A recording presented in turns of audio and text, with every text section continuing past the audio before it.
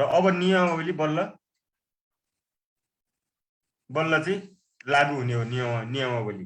अब नियमावलीबाट चाहिँ कहिलेकाहीँ चाहिँ अझ स्पेसिफिक नियमावली त सबै क्षेत्रलाई समेटेको हुनसक्छ।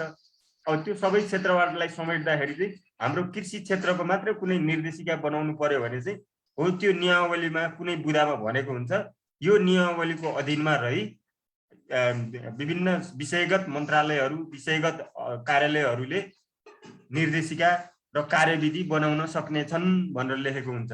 हो त्यही अधिकार हो नि त्यो हामीले बनाउन सक्नेछन् भनेपछि हामीले अधिकार दियो कानुन कार्यविधि निर्देशिका बनाउने। हो त्यही नियमावलीको त्यो बुँदालाई टेकेर अनि बल्ल चाहिँ कार्यविधि र निर्देशिका बनाउने हो। र निर्देशिका र कार्यविधिको चाहिँ कुनै कानुनी आधार हुनुपर्छ।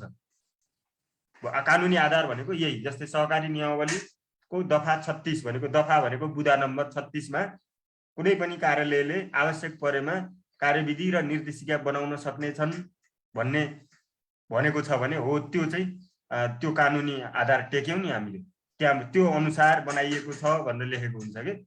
त्यही भएर चाहिँ बिना कानुनी आधार कार्यविधि निर्देशिका बन्दैन। हो त्यो अनुसार चाहिँ निर्देशिका भनेको त्यो। अनि कार्यविधि भनेको त अब हाम्रो टेक्निकल गाइडलाइन्सहरू हुन् हैन कसरी गर्ने भन्ने डिटेलिङ गरेको हुन्छ अझ फर्दर एक्सप्लेनेसन गरेको हुन्छ। नियमावलीमा त एक्सप्लेन त गरेको हुन्छ तर अझ त्यहाँ पनि डिटेल हुन्न। त्यही भएर चाहिँ त्यसलाई अझ डिटेल गरेर चाहिँ एकदम अनबन्डलिङ गर्यो भने चाहिँ कार्यविधि अथवा यी निर्देशिकाहरू बन्दछन्। त्यही भएर चाहिँ तिनीहरू लिगली बाइन्ड हुन्छन्। कार्यविधि निर्देशिका यतिकै चाहिँ जथाभावी कार्यविधि निर्देशिका बनाएर हिँड्न पाइँदैन। त्यही भएर तिनीहरू कहीँ न कतै लिगली चाहिँ बाउन्ड भएका हुन्छन्। अब अर्को प्रदेश जलचर संरक्षण र व्यवस्थापन ऐन 2076 भन्नेमा जारी भएको छ र प्रदेश दुग्ध विकास नियमावली 2076 मा चाहिँ जारी भएको छ। कृषि व्यवसाय प्रवर्धन ऐन भन्ने यो डबल रिपिट भयो। यो फाल्नुपर्छ।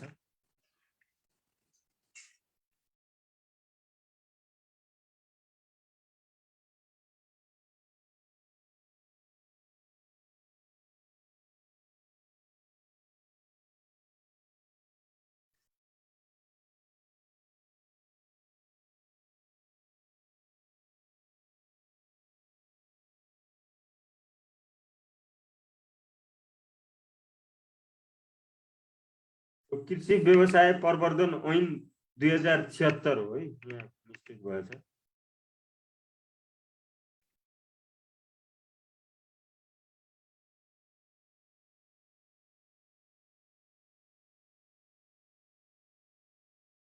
अर्को प्रदेश डिभिजन ऐन पनि त्यहाँ जारी भएको छ 2076 मा र सहकारी संस्था दर्ता सञ्चालन अनुगमन तथा नियमन सम्बन्धी एउटा मापदण्ड छ त्यो चाहिँ 77 मा जारी भएको छ। र एउटा चाहिँ त्यहाँ कृषि दर्पण भन्ने नेपाल टेलिभिजनबाट हरेक महिनाको अन्तिम शुक्रबार साँझ 6 बजेदेखि 6:25 सम्म चाहिँ प्रसारण हुने गर्दछ है। यो कहिलेकाहीँ चाहिँ जाँचमा फ्याक्ट सोधिदिन सक्ला यो कृषि दर्पण नेपाल टेलिभिजनबाट कहिले प्रसारण हुन्छ भनेर चाहिँ सोधिदिन सक्छ। अस्ति बागमतीमा सोधेको के अरे उसमा गण्डकीमा सोधेको थियो नेपाल टेलिभिजनबाट कृषि कार्यक्रम कति बजेदेखि कतिसम्म चाहिँ प्रसारण हुन्छ भनेर सोधेको थियो। त्यो भनेको 6:45 देखि 6:55 हो। तर त्यहाँ अप्सनमा चाहिँ 6:59 कि कति यस्तै थियो। त्यो 6:59 हाल्नुपर्छ त्यस्तो अवस्थामा। अब एउटा चाहिँ त्यो प्रदेशमा चाहिँ बागमती प्रदेशको पहिलो आवधिक योजना भनेर चाहिँ तिनीहरूले चाहिँ सार्वजनिक गरेका छन्। हो यो पनि सोध्न सक्छ त्यो बागमती प्रदेशको पहिले आवधिक योजना कहिले जारी भएको हो अथवा कहिले सार्वजनिक भएको हो भन्ने सोध्न सक्छ। र त्यो आवधिक योजना आर्थिक वर्ष 2076-77 देखि 2080-81 5 वर्ष हुन्छन् है। आवधिक योजना यो नाम आवधिक किन भयो भन्नका लागि चाहिँ आवधिक योजनाहरू 5 वर्ष हुन्छन्। अनि अब कुनै अरू यो सेक्टरल पोलिसीहरू यस्ता कुनै नीतिहरू चाहिँ बढीका हुन सक्छन्। जस्तै कृषि विकास रणनीति भन्ने नि त्यो 20 वर्षीय रणनीति हो। अनि हो त्यस्ता नीतिहरू तीहरू चाहिँ अलि बढी समयको ड्युरेसनका लागि हुन्छन्। आवधिक भनेको 5 वर्षका लागि हो भन्ने हुन्छ। पछि तपाईहरु क्लास हुनुभएछ भने त्यो बेला योजनाका प्लान टाइप्स अफ प्लान भनेर भन्छ योजनाका प्रकार त्यो बेला पढ्छौं हामी। आवधिक योजना राष्ट्रिय योजना अनि विषयगत योजना भनेका के हुन् भनेर चाहिँ त्यो बेला पढौँला। त्यही भएर आवधिक मिन्स 5 त्यही भएर यहाँ 5 वर्ष भयो। त्यो 5 वर्ष आवधिक योजना छ प्रदेशको, बागमती प्रदेशको, र त्यो योजनाको ड्युरेसन यो इक्जाममा कन्फर्म सोध्ने जहाँ क्वेसन हो त्यो ड्युरेसन सोध्छ तपाईहरुले चाहिँ यो अवधि भनेर 2076-77 देखि 2080-81 सम्म यो यसरी सोध्न सक्ला जाँचमा। यही अप्सन आउँछ 76-77 अप्सन 80-81 देखि त्यो, अनि अर्को अरु अप्सन राखेर चाहिँ कुन हो भनेर चाहिँ सोध्न सक्ला। अब त्यो आवधिक योजनाका अरु पनि अरु सेक्टरका अरु नै लक्ष्य होलान्। हाम्रो कृषि क्षेत्रका चाहिँ लक्ष्यहरू चाहिँ दुईटा छन्। एउटा भनेको चाहिँ प्रदेशको कुल ग्राहस्थ उत्पादनमा कृषि क्षेत्रको योगदान त्यो बेला 76 मा चाहिँ 13% थियो, अघि त्यो 17% भनेको थियो मैले। त्यो राष्ट्रिय अर्थतन्त्रमा चाहिँ 17% योगदान गर्छ, अर्थतन्त्र होइन राष्ट्रिय कृषि अर्थतन्त्रमा 17% योगदान गर्छ भनेको थिए। र त्यो प्रदेशमा कृषि क्षेत्रको योगदान 13% थियो बेस इयरमा। बेस इयर भनेको 2076 साल हो। र त्यो बेस इयरबाट 10.3% पुर्याउने भन्ने भयो। अब यो बढाउनु पर्ने हो नि सर, किन घटाउने लक्ष्य लियो भन्ने कुरो पनि आयो होला कतिको दिमागमा। अब यो कस्तो हो भन्दाखेरि चाहिँ कृषि को योगदान अर्थतन्त्रमा चाहिँ कृषिको योगदान बढ्ने बित्तिकै चाहिँ त्यसमा त्यो चाहिँ त्यहाँ यो के भन्छ डिस्प्यारिटी हुन्छ भन्छ के। जस्तै हाम्रो अहिले 27 पहिला 27 थियो, अहिले 25% चाहिँ अर्थतन्त्रमा कृषिको योगदान छ। अनि पहिला 36-39 पनि थियो हैन। अब त्यो 25% योगदान चाहिँ कृषिले गर्छ अर्थतन्त्रमा। र कृषिको ग्रोथ रेट हेर्नुस् त, कृषिको ग्रोथ रेट वृद्धि दर भनेको चाहिँ मुस्किलले 2.4% छ। भन्नुको मतलब अब इकोनोमिस्टहरूले यहाँ बुझाउन सक्नुहुन्छ होला मलाई, म इकोनोमिस्ट चाहिँ होइन, तर मैले बुझे अनुसार चाहिँ अब अर्थतन्त्रमा चाहिँ 1/3 योगदान गर्छ, लगभग 25%, 1/3 त होइन, 25% कृषिले योगदान गर्छ।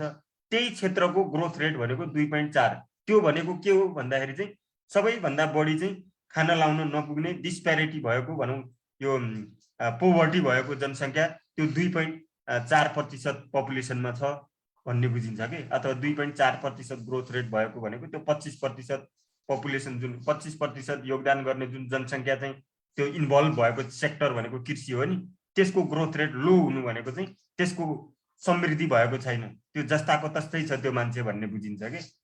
भनेपछि अब त्यो घटाउने बित्तिकै के हुन्छ त भन्दाखेरि चाहिँ यो साना साना टुक्रे टुक्रे जमिनवाला खेतीपाती गर्ने मान्छेहरू खेती नै गर्ने भएनन्, कि चाहिँ त्यसमा चक्लाबन्दी हुने भयो, कि चाहिँ कसैलाई भाडामा दिने भए। र त्यसपछि अब त्यो ठुलो एरियामा चाहिँ खेतीपाती हुने भयो। ठुलो एरियामा खेतीपाती भएपछि व्यावसायिकीकरण हुने भयो। व्यावसायिकीकरण भइसकेपछि त्यसमा चाहिँ त्यो अब चाहिँ त्यो जसको टुक्रे जमिन थियो त्यो मान्छे त्यहाँ लेबर काम गर्ने भयो। त्यो लेबर काम गरेपछि उसलाई वर्षभरि बल्ल खान पुग्छ।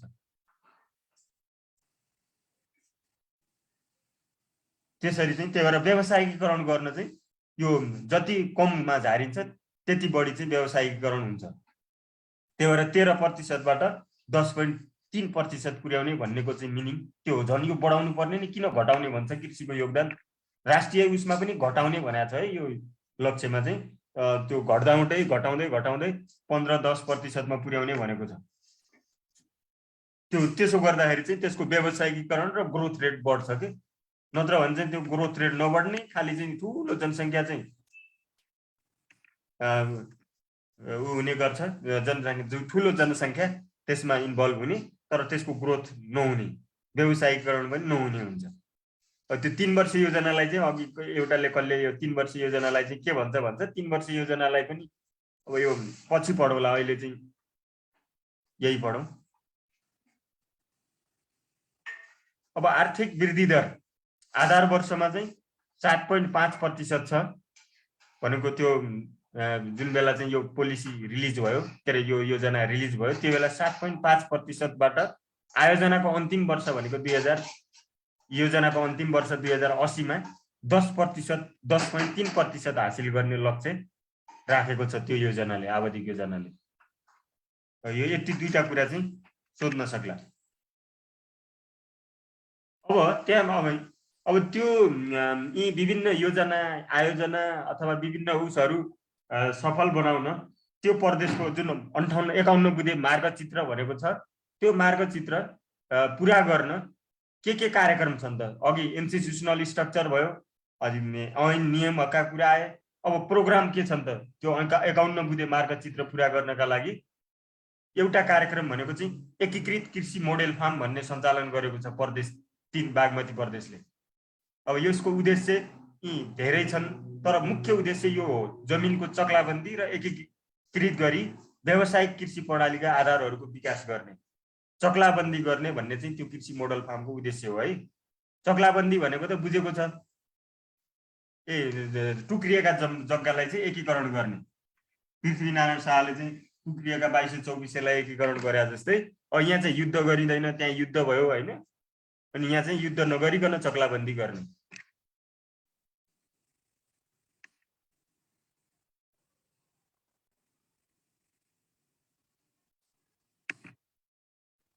र अत्याधुनिक कृषि प्रविधिको अवलम्बन गर्दै अरू उद्देश्य छन्, यो मैले पढिनँ। मुख्य उद्देश्य भनेको चक्लाबन्दी गर्ने र जमिनको एकीकरण गर्ने, खण्डीकृत जमिनको, र त्यो गरेर चाहिँ व्यावसायिकीकरण गर्ने कृषिको भन्ने यो एकीकृत मोडेल कृषि फार्मको उद्देश्य हो। यो किन मैले यहाँ राखेँ भन्दाखेरि अस्ति गण्डकीको क्वेसन हेर्नुभयो भने चाहिँ त्यहाँ अलि अप्ठ्यारा क्वेसन सोधियो कि, जस्तै यो गण्डकी प्रदेश जलवायु मैत्री कार्यक्रम अहिले सालमा कुन प्रोग्राम चाहिँ हटाइयो, त्यो भित्रको कम्पोनेन्ट त्यति भित्रसम्म पनि सोधियो कि। अनि त्यसो हुँदाखेरि चाहिँ त्यो प्रदेशबाट सञ्चालित मेन प्रोग्रामहरू के हुन् भन्ने पनि थाहा पाइराख्नु पर्ने रहेछ, नत्र भने चाहिँ अब खैरियत देखाएन। अर्को एउटा त्यो प्रदेशबाट सञ्चालित कार्यक्रम भनेको चाहिँ सामूहिक खेती भन्ने सञ्चालनमा छ, र त्यो सामूहिक खेतीमा चाहिँ को उद्देश्य भनेको जमिनलाई एकीकृत वा चक्लाबन्दी गरी आधुनिक र व्यावसायिक कृषिको प्रवर्धन गर्ने भन्ने हो। अब यो कार्यक्रमको र अर्को कार्यक्रममा चाहिँ के फरक छ सर भन्नुहुन्छ होला। त्यो अर्को के थियो नि, एकीकृत कृषि मोडेल फार्म भनेर चाहिँ, र अर्को सामूहिक खेती भन्ने छ। यो सामूहिक खेतीमा इन्डिभिजुअल फार्महरू चाहिँ इन्भल्भ हुन सक्छन्, तर एकीकृत मोडेल फार्ममा चाहिँ म जोशी भन्ने चाहिँ एउटा मान्छे छु, मैले विभिन्न किसानहरूको चाहिँ जमिनलाई चाहिँ केही समयका लागि चाहिँ लिजमा लिन सक्छु, र त्यो लिजमा लिँदाखेरि चाहिँ मैले ती सबै किसानको जमिनलाई चाहिँ एउटै बनाउँछु। त्यो चाहिँ व्यक्ति हुनसक्छ, त्यो एकीकृत कृषि मोडेल फार्म सञ्चालन गर्ने, तर यहाँ चाहिँ सबै किसानहरू चाहिँ लागेका हुन्छन्। जस्तै एउटा एरिया छ, ल मानौ लुम्ले भन्ने ठाउँ छ, लुम्लेमा किसानहरू छन्, ती किसानहरूले चाहिँ खेतीपाती गर्दाखेरि चाहिँ एकै दिन रोप्ने, एकै दिन त्यो हार्भेस्टिङ गर्ने, एकै दिन रोपेपछि होइन, हो त्यस्ता कामहरू स्वयं एकै दिन हुने भयो। अब त्यो भयो भने सबै इनपुट्सहरू कम चाहिने भयो, अरू कम चाहिने भयो, र अब एकै दिन गर्ने भन्ने बित्तिकै ती किसानहरूको त्यहाँ साँधो नहुने भयो, निशाना नहुने भयो, खेती सबैको चाहिँ एकमुष्ट बनाइने भयो। तर चाहिँ कसको जमिन कहाँनिर छ भन्ने चाहिँ त्यो मालपोतमा त्यसको रेकर्ड चाहिँ हुन्छ नै होइन। साना तथा सीमान्तकृत कृषकहरूको आय स्रोत तथा जीवन अभिवृद्धि गर्ने भन्ने हो। यहाँ चाहिँ लागत कस्ट कम हुन्छ, एकै दिन त्यसरी काम गर्दाखेरि चाहिँ सबका आफ्ना जमिन चाहिँ हुन्छन्, तर चाहिँ मिलेर चाहिँ समूहमा रोपाइँ पनि। जस्तै मेरो घरमा जोशी भन्ने मान्छे छु, मेरो घरमा रोपारा एकै मात्रै छ, त्यो अर्को भण्डारी भन्ने छ, उहाँको घरमा रोपारा 5 छन् भने चाहिँ उहाँको चाँडै सकेर घर जानु हुने भयो, मेरो त दिनभरि लाग्ने भयो नि, एकैजना छ रोपार। त्यही भएर चाहिँ त्यो भण्डारीजीले के गर्नुहुन्छ भन्दाखेरि उहाँको आफ्नो सकेपछि चाहिँ मेरोमा आउनुहुन्छ कि, त्यो हो यो सामूहिक खेती भनेको। अर्को शीत भण्डार निर्माण भन्ने कोल्ड स्टोरेज भन्ने प्रोग्राम हो त्यहाँ सञ्चालनमा भएको। त्यसको उद्देश्य भनेको कृषि उपजहरूको भण्डारण गर्न यो शीत भण्डार कार्यक्रम चाहिँ सञ्चालन गरेका छन् उनीहरूले।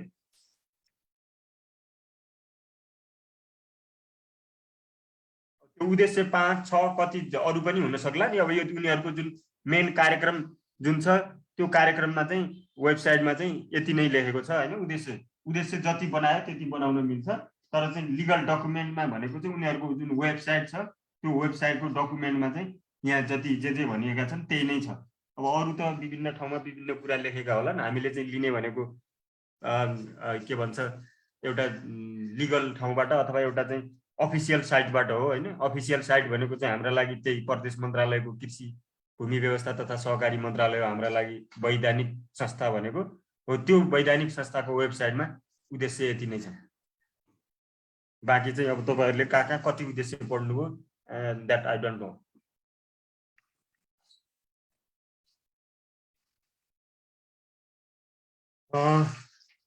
अब यति हो आजको ओरिएन्टेसनमा चाहिँ यति कुरा गऱ्यौँ।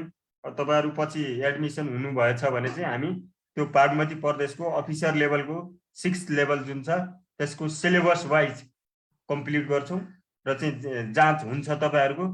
कोही कोही झुक्किनु पनि भएको होला, यो चुनाव भयो भने जाँच हुन्छ र भनेर चुनावको बेला नयाँ विज्ञापन गर्न नपाउने हो, कोड अफ कन्डक्ट लाग्छ।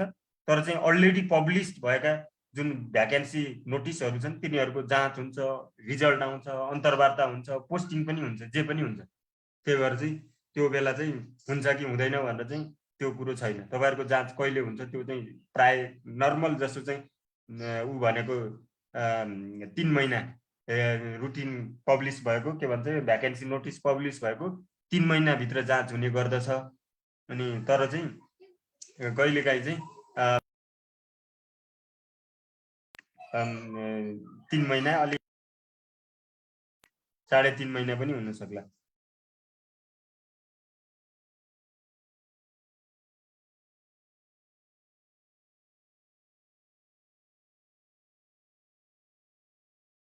ल तपाईहरुको केही कुरा सोध्नु छ भने सोध्नुस्, मेसेजबाट पनि अथवा यहाँ बोलेरै पनि सोध्न सक्नुहुन्छ।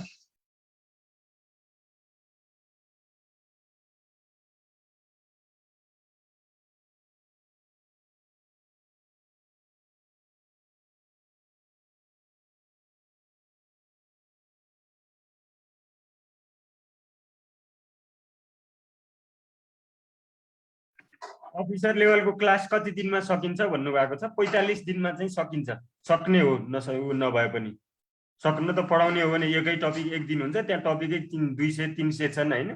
त्यसरी एक एक टपिक एक दिन पढायो भने त 200-300 दिन लाग्ने भयो। तर 45 दिनमा चाहिँ एटलिस्ट 45 दिन चाहिँ लाग्छ।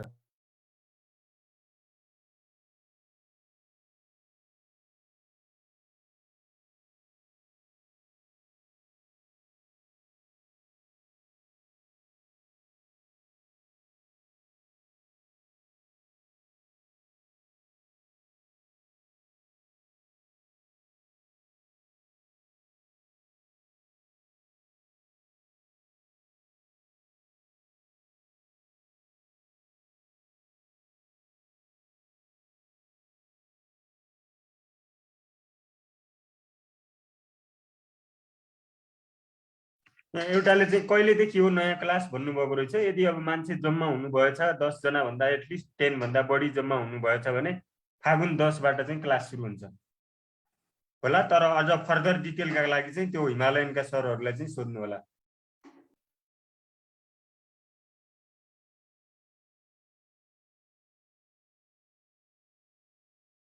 यो यहाँ सर अफिसर लेभलको लेभलमा लिखित मात्र हुने हो भन्नुभयो। यसमा चाहिँ लिखित भन्नाले अब्जेक्टिभ र सब्जेक्टिभ हुने भयो। पहिलो चाहिँ अब्जेक्टिभ हुन्छ 100 नम्बरको, दोस्रो चाहिँ सब्जेक्टिभ 100 नम्बरको। अब हामी यहाँ चाहिँ तपाईहरुलाई क्लास लिँदाखेरि तयारी गराउने भनेको चाहिँ अब्जेक्टिभको तयारी गराउँछौँ।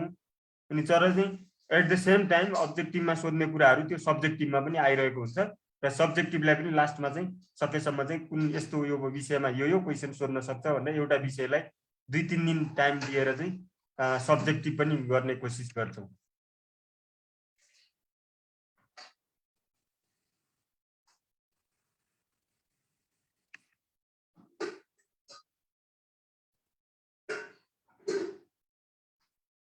पोहोर साल चाहिँ यो अफिसर लेभल खुलायो, क्यान्सिल भयो, अहिले फेरि किन खोल्यो भन्ने कुरा छ।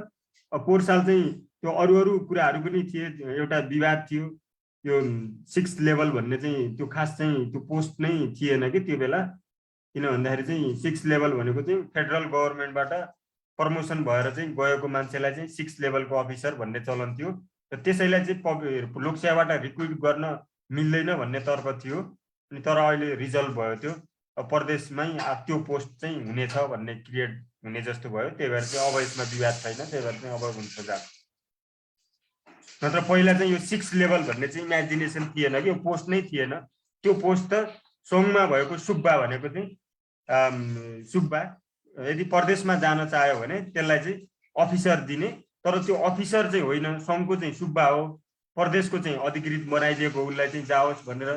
अनि हो त्यस्तो पोस्ट हो त्यो। कुनै लोकसेवाले चाहिँ क्रिएट गरेको नयाँ रिक्रुट गरेर आएको पोस्ट थिएन।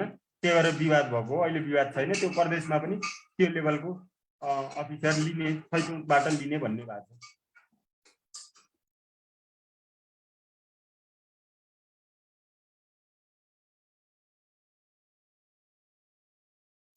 6 लेभलको पनि, त्यो 7th लेभलको पनि खुल्छ होला। अब चाँडै आउँछ नोटिस, तर अब कोड अफ कन्डक्ट लागू भयो भने चाहिँ नोटिसहरू आउँदैनन्। कोड अफ कन्डक्ट चैत्र 6बाट लाग्ने हो, अनि त्यो कोड चैत्र 6 भन्दा अगाडि चाहिँ खुल्न सक्छ अफिसर 7th लेभलको पनि।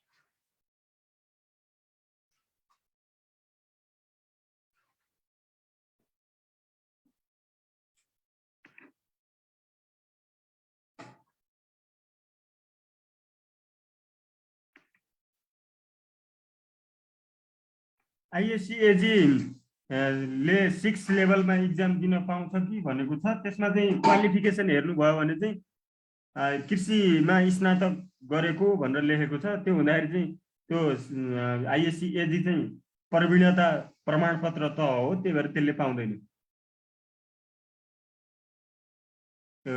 4th र 5th लेभलमा मात्र पाउँछ आइएससिएजीले।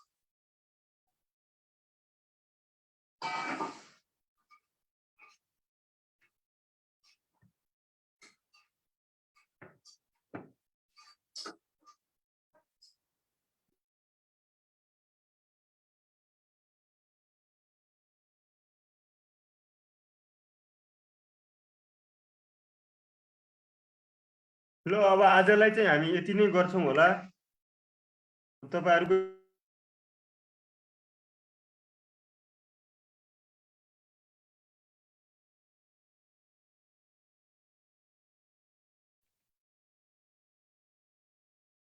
तपाईहरु यदि जम्मा हुनुभयो भने फागुन 10 गतेबाट क्लास सुरु गर्ने भन्ने छ। अब त्यो बाँकी चाहिँ अरु फर्दर इन्फर्मेसन यो एडमिनिस्ट्रेटिभ र अफिसियल इन्फर्मेसनका लागि चाहिँ हिमालयन एग्रिकल्चरलाई सोध्नु होला। बाँकी चाहिँ हामी क्लासमा चाहिँ अझै यो कुराहरुलाई चाहिँ अझ डिटेलसँग चाहिँ पढ्ने छौं। आजको नोट चाहिँ पाउनुहुन्छ होला, त्यो हिमालयन एग्रिकल्चरमा चाहिँ पठाउँछु। उहाँहरुलाई चाहिँ के भन्नुहुन्छ त्यही हुन्छ। ल शुभ दिन है सबैलाई चाहिँ। See you again.